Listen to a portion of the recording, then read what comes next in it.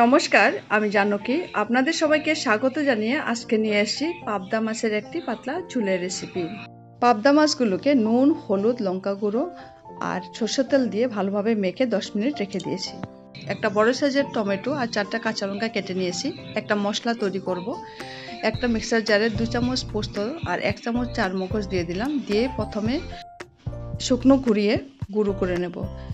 এবার এর মধ্যে কাঁচা লঙ্কা আর অল্প জল দিলাম, দিয়ে মিহি পেস্ট তৈরি করে নিয়েছি।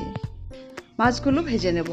কড়াইতে সরষের তেল দিলাম। তেলটা গরম হওয়ার পর অল্প নুন দিয়ে দিলাম। এই নুনটা দিলে যে কোনো কড়াইতে মাছ আর লেগে ধরে না। এবার মাছগুলোকে ভাজবো। কয়েকটা মাছ কড়াইতে দিয়ে দিলাম। মাছগুলো ফাটতে শুরু করেছে, তাই আমি ঢাকা দিয়ে মাছগুলোকে 1 মিনিট ভেজে নিয়েছি।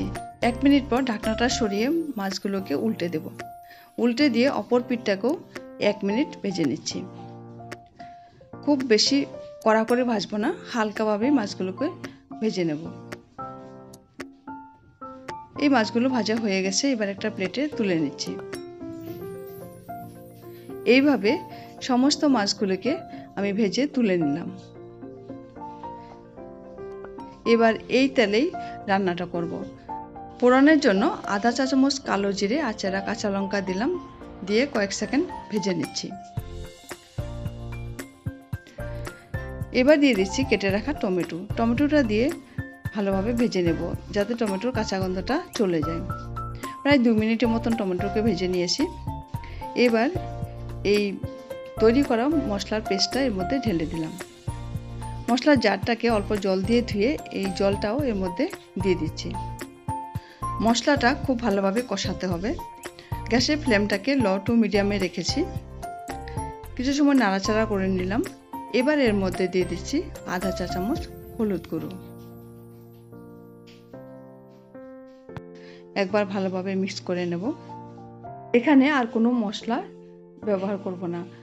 প্রথমে আমি মাছ ভাজার সময় নুন দিয়ে দিয়েছিলাম, তাই এখানে আর নুন দেব না। 7 মিনিট মশলাটা কষিয়ে নিয়েছি। মশলা তেল ছেড়ে দিয়েছে। এবার এর মধ্যে গ্রেভির জন্য গরম জল দিয়ে দিলাম। একবার ভালোভাবে মিক্স করে দিচ্ছি। আর গ্যাসটাকে হাই ফ্লেমে দিয়ে এই গ্রেভিটাকে কিছুক্ষণ ফুটিয়ে নেব।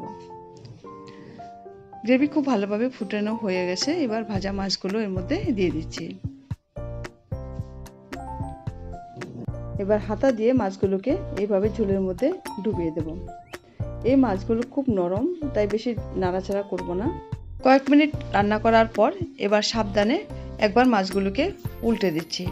প্রায় 5 থেকে 7 মিনিট রান্না করা হয়ে গেছে। এবার উপর থেকে ছড়িয়ে দিচ্ছি ধনেপাতা কুচানো আর কাঁচা লঙ্কা। ঢাকা দিয়ে 1 মিনিট রান্না করব, যাতে ধনেপাতা আর কাঁচা লঙ্কা ফ্লেভারটা মাছের মধ্যে এসে যায়। 1 মিনিট পর গ্যাস অফ করে দিলাম। তৈরি হয়ে গেল পাবদা মাছের পাতলা ঝোল।